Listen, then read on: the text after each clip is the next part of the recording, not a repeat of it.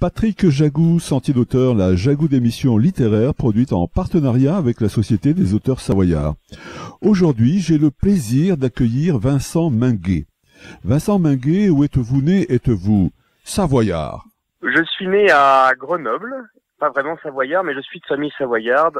Mon père, mon grand-père et avant lui encore mon arrière-grand-mère sont du Chablais, du côté d'Évian, sur les bords du lac Léman, et j'ai grandi moi dans la vallée de l'Arve. Vincent Minguet, vous écrivez, à part écrire, que faites-vous dans la vie? Mon métier, c'est d'être chasseur alpin. Je suis officier de chasseur alpin. Je commande actuellement le 27e bataillon de chasseurs alpins, où j'ai pratiquement fait toute ma carrière, étant jeune lieutenant, dans les années où j'avais 20 ans à peu près, puis je suis revenu à plusieurs étapes de ma carrière ici, à Annecy, dans ce bataillon que j'affectionne particulièrement et qui a une importance particulière en Haute-Savoie. Vincent Minguet, on me dit que vous avez été aide de camp du président de la République. J'ai été aide de camp du président de la République pendant 3 ans. C'est un poste qu'on ne choisit pas forcément soi-même, pour lequel on est appelé, et j'ai vécu cette expérience assez extraordinaire, il faut le dire, auprès du président actuel pendant 3 ans. Vincent Minguet, dans quelles circonstances avez-vous commencé à écrire? J'ai écrit un peu au fil de l'eau pour se souvenir, noter des impressions, et puis récemment, j'ai eu le sentiment que rassembler tous ces écrits pouvait être intéressant. Ça me permettait en tout cas de répondre aux questions qu'on me posait souvent et de m'appuyer sur quelque chose d'écrit, de solide, de matériel.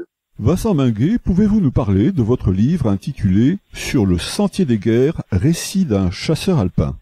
Ce livre rassemble des fragments, des choses vues durant ma carrière de chasseur alpin, notamment en opération.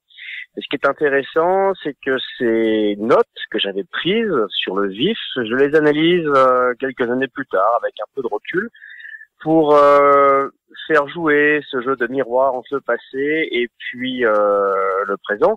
Alors certains fragments sont assez anciens, enfin 2006 à peu près, et d'autres très très récents, notamment quelques mois seulement, puisque je rentre de Roumanie avec le bataillon, où j'ai pu justement appréhender encore une fois toute la conflictualité qu'il existe dans notre humanité en guerre. Vous étiez en Roumanie? J'étais en Roumanie il y a quelques mois, je suis rentré fin juin, début juillet. Le 27e bataillon de chasseurs alpins a donc été envoyé le 28 février en urgence en Roumanie suite à l'agression russe. Et donc j'ai eu l'honneur et le devoir de commander un bataillon de 800 hommes sur la frontière ukrainienne, basé en Roumanie.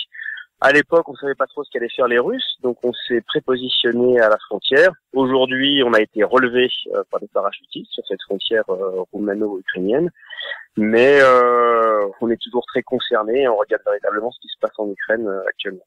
Vincent Minguet, en temps de guerre, un soldat qui tue 20 soldats ennemis est considéré comme un héros et il est célébré pour ça, alors qu'en temps de paix, un individu qui en tue 20 autres est considéré comme un serial killer et s'il est attrapé, il est lourdement puni pour ça. Que pensez-vous de ce paradoxe? Alors c'est pas un paradoxe parce qu'en fait la question est mal posée et il y a tout un chapitre là-dessus.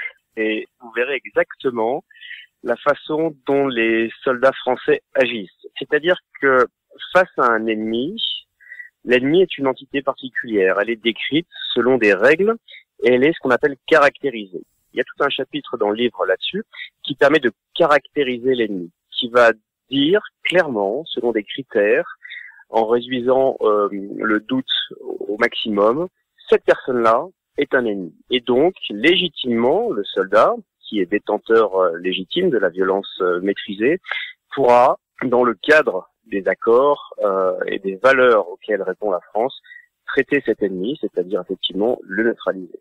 Chers auditeurs, nous parlions aujourd'hui de l'ouvrage de Vincent Minguet intitulé « Sur le sentier des guerres, récit d'un chasseur alpin », publié aux éditions Les Passionnés de bouquins.